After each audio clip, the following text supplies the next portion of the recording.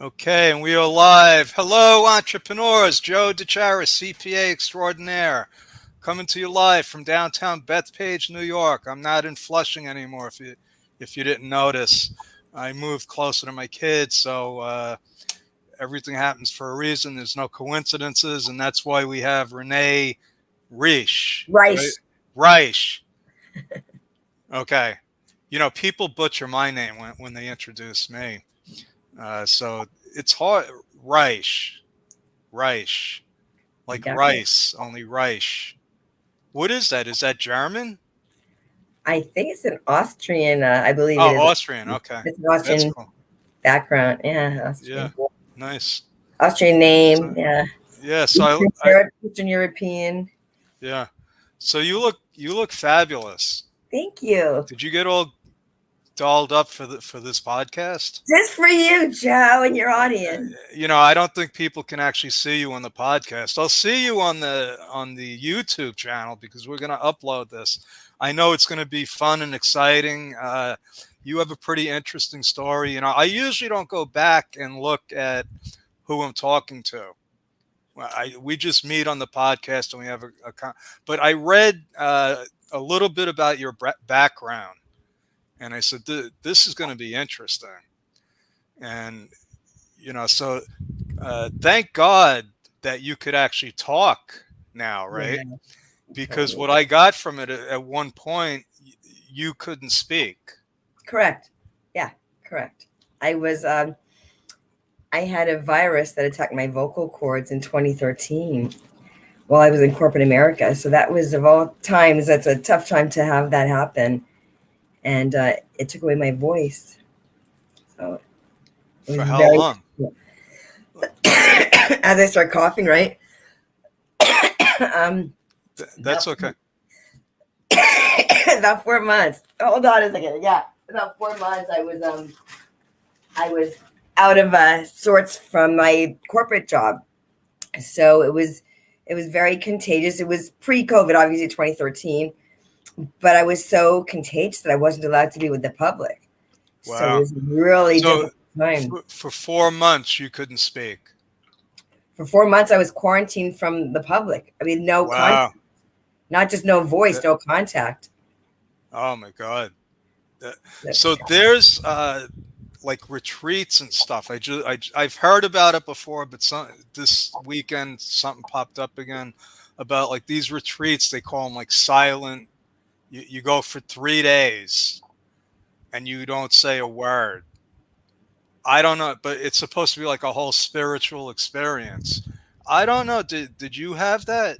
Like what was going through your mind? so okay, let me back up a little bit. I wasn't spiritual at the time. I was not on this spiritual path or journey. So I was just working corporate America. I was managing multi-million dollar teams, but I wasn't able to manage me. And I didn't realize that. Hindsight, with or without these glasses I'm wearing is 2020, and I definitely was not even close. So I was running through life. I was never being, I was in the doing mode, constantly doing and doing for others. Not only doing, but never even focusing on me, focusing on everybody outside of me to make sure everybody else was okay, except the person I needed to attend to most, which was me. And in so doing, literally doing, I lost my ability to speak. My vocal cords were riddled with sores that were pain that I've never felt in my life. It was, God, I don't know. The only description, with me clearing my throat as I'm talking about this, the only description I can kind of equate it to is if what I would think steak knives or razor blades might feel like. I've never tested that out and I'm not planning on it. Yeah. But that in looking at what they look like, I'm equating it to what the feeling inside of my throat was. It was on fire 24/7. And I did not know how to fix it. It wasn't like gargle with salt water, take 2 aspirin, and call me in the morning. It was a viral infection, similar to COVID in the sense of me being quarantined and not being allowed to be with the public. And if I were to go out, I had to wear a mask. It was all this pre stuff before any of this was now we're in this part of Okay. the interview in this world going through this, but it was really an interesting time because anybody who knows me knows I'm a connector and I love people. I mean, I always say like people are to me like water to a plant. You can't survive without it. Well, I just love connecting, and I wasn't able to do that. Mm. And it wasn't like meet on Zoom or anything. There wasn't Zooming at that time. I wasn't really aware of anything like that. So it was really I was sitting in my own muck, for lack of a better term. It was pure hell.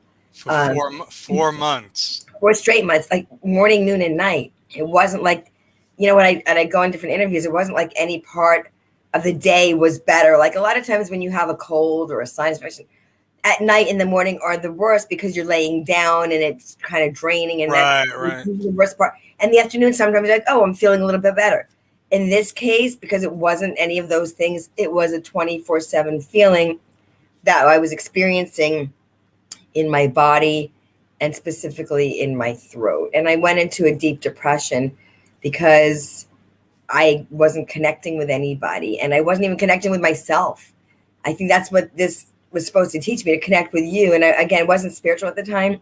So I didn't think of, oh, what is the lesson in there? Let me do some inner work. Let me go with it. And there was nothing of the sorts. I was just like, holy crap, I'm in So hell, and I don't know how to get out of it. And I'm not getting any help to get out of it because I didn't even know who to go to. My doctors couldn't help. It wasn't a medical thing. I think it was an emotional experience that manifested in my health that I was unaware of. I believe, what we go through, we grow through. And in my journey, I didn't even know this is part of my journey. As I said, I wasn't in that space at the time. I was just running around, in corporate America and making sure everybody was taken care of. But I was so falling by the wayside. so when did it start turning around? Mm, let me, And so and what made it happen? yeah, great question. So I was sent to a specialist, and I'll talk about it in a second. I ended up writing a book from this experience. And it was, one of the things I put a little humor in the book, although what took place wasn't humorous. I tried to add some humor into my life when I can. Uh, it was like I was sent to this specialist, and they put my vocal cords on a screen. And in the book I wrote, that's not exactly how I ever anticipated getting to the big screen. But there it was part of me on the big screen. It was my vocal cords. And so I saw myself on the big screen in the specialist's office. And there were these two doctors in white coats putting these tubes down my throat, which was not fun in and of itself. But it was to see if they felt there was going to be permanent damage from all the sores that attacked my cords. And they said it didn't appear that there would be, because they thought maybe scar tissue and whatever was going on in there, because it was such a prolonged time that I hadn't used them and it wasn't getting better.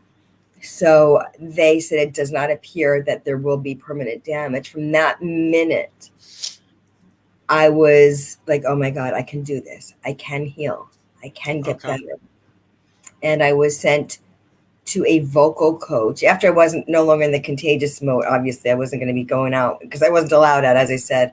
But Right. when I was past that piece of it, and I was allowed, I started going to a vocal coach. And just like our muscles, Joe, like when you don't use them, what happens? Here it is. It atrophies, right? I got some muscle here now, but they atrophy. They're not used. Your vocal cords, they're a muscle.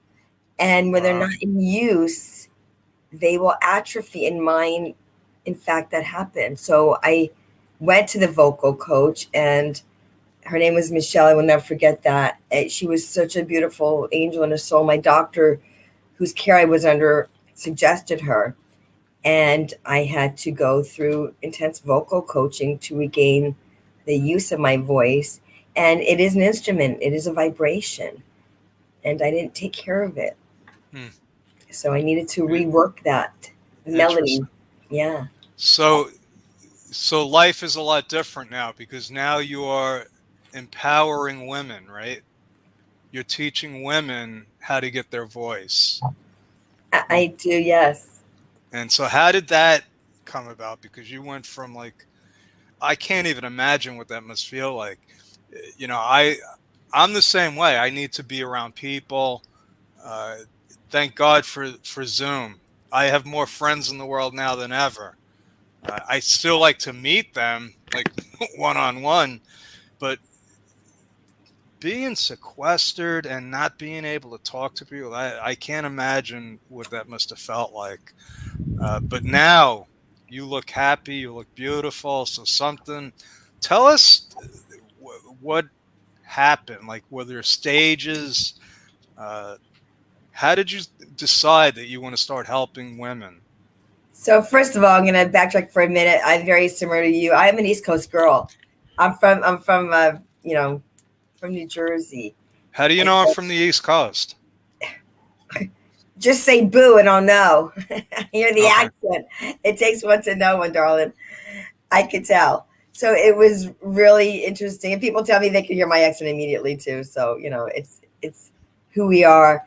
Um, it was really the blessing of having my best friend in my life, having she's now my angel with my dad up in heaven, and having someone who really believes in you when you don't always believe in you, having someone like her. She came over with a mask. I kept a kosher home at the time, and she would make chicken in her home, and the right utensils, everything where she needed to cook it in, to make sure it was right for me, and that I would get protein in my body, because she knew I wasn't able to eat or drink. I couldn't even swallow my own saliva. I would literally, Oh, wow. I didn't even think of that. yeah, I wasn't eating, was not a fun experience. It was something that I avoided at all costs because it was so painful. When you can't swallow your own saliva, you don't say, it wasn't even like having tea and honey. It's not, you can't swallow, you can't swallow. It doesn't matter what it Yeah. is. Wow. Yeah, it was very intense. Like, I'm watching you take a drink right now. It's like, that was a painful experience. It's almost like you don't know how many times a day you blink until you can't. Oh, Let me man. tell you, Joe, you have no idea how many times a day you swallow until you can't. You don't think about it, right? I don't want to know. Yeah, I don't want you to I'm gonna know. start counting now. Oh my Yeah, God. you're unaware of it. It's an automatic response. You swallow, you blink. You don't know you're doing it until you're aware. You're consciously aware that you It's like can't. your heart. It's like your heart. You don't know how many times. But if it stops you, You're well aware that you're having an issue, right? So I was well aware there was an issue. It yeah. started out as one sore in my throat. I remember going to urgent care. I was working a late shift at my corporate job and I felt like there wasn't something that was right, and it ended up, like I wrote in the book, giving birth to so many sores, and it So took over my vocal cords. what's the name of your book and how do people get it? It is called Finding Your Voice, Unlock Your Chains, and Unleash Your Greatness. Because the chains I was bound up in, Joe, like I believe many are when they go through something like this. And it doesn't have to be a physical thing like I went through. I'm not saying you have to go through that, but we go through different things in life. But the chains I was bound up in were my own chains. And I believe we do that to ourselves so many times from situations that take place and we just get stuck. And also the subtitle, unlock your chains and unleash your greatness. It's also what I have within me that I'm doing now is to unleash my greatness amongst others that feel that they are stuck, who feel like they, can't move forward, who have things that are going on in their life. They don't have to have lost their voice in the manner in which I did. Maybe they lost their voice in their job. Maybe they lost their voice in their marriage or their relationship, or they're not believing themselves. I believe the loss of my voice in my life, like I was saying earlier, it manifested physically in my health due to my own limiting beliefs. The fear of judgment, people pleasing, never feeling like I was ever enough or would ever be enough. And like the more I did, it was like I just felt like this was not enough because of things that were said and done. And I felt like, I had to always keep pushing and pushing and pushing until I almost pushed myself 6 feet under, Yeah. because it was such a devastating illness to not only not have a voice, but to have the pain associated with it and not, to be sequestered from the public for so long. And I didn't even know how long it would be. Like, this to me could have been a life sentence. I didn't know if I would ever speak again. I didn't know if that pain, that intense pain, would ever go away. It wasn't like, well, I know they said it would get better in a week, or there was no they said anything. Doctors said they were Wow. unable to help me. There was So no light there. I think so. You had a physical thing happen. I think most people have mental things that happen that Well, block them. That in a sense, they lose their voice. Uh, absolutely. I agree with you. I think that is what happened. I think it was something that was going on, whether it's unconsciously or subconsciously, that, people want to be seen, heard, and felt. And I probably felt somewhere inside of me that I wasn't, because if I felt that I was never good enough, I felt that my voice didn't matter, I felt that all of those things, then the feeling became the emotion, became the feeling, became the behavior, became the manifestation of what I believe took place in my body. I wasn't really consciously aware of that. I was just going and running through my life, taking care of everybody, thinking I was, doing okay, and until I wasn't, right? We're fine until we're not. And my life came to a screeching halt. And thank God for my best friend. Thank God she was there to help me. And thank God for, I don't know if anybody's religious out there, but thank God for God. Thank God I had a higher power to believe in, and that, when God brings you to it and He brings you through it, there's a reason. And my reason is for everybody out there listening, saying, oh my God, I could so relate, whether they had the physical ailment or they just are in a place where they don't believe in themselves, or they don't feel enough, or they are a people pleaser and they look for outside validation to, know that they're enough. And, my best friend used to say, you don't need a piece of paper. She said, I never need a piece of paper. I know what I do. I know I'm good enough. I know everything I'm doing. And it's because I'm living my authentic self. And when you are that in that space, in that place, when you're not doing anything for anybody else, you're doing it for yourself. The cause and effect is, yes, you affect others in a positive way. right. And that's what I'm here to do. And I have a course that I take, went through. I'm sure if there's men out there who would like to reach out, I would love to support them too. But it's a voice blueprint that I created. So the V is vulnerability. The O is owning your voice. The I is, the inspiration and igniting that within. And the C is having that courage, that confidence, and the E is empowerment. And to take them through those stages in life, it's like, I based on the butterfly effect, like, you go from the crawling stage as a caterpillar to the chrysalis, that muck stage where it's the gooey, mucky stage in a chrysalis before the breakthrough to a butterfly where you're Right. free and free yourself to be yourself. So I like to keep these to between 15 and 20 minutes because people's attention span is just not. We don't pay attention that long anymore. So how do people get in touch with you? Absolutely. So you can go to my website. It's Renee Reisch, RENEEREIS, as in Sam, C, Charlie, H, Harry, Reisch.com. I'm also on all social media platforms, Instagram and Twitter and Facebook. So I've got my business page, my personal page, and yeah, absolutely would love to Okay. connect and to join my course, join me on this journey. I would love that. The next one starts August 23rd, and it's a 6-week course. And then I also do one-on-one coaching as well as group coaching. So please reach out.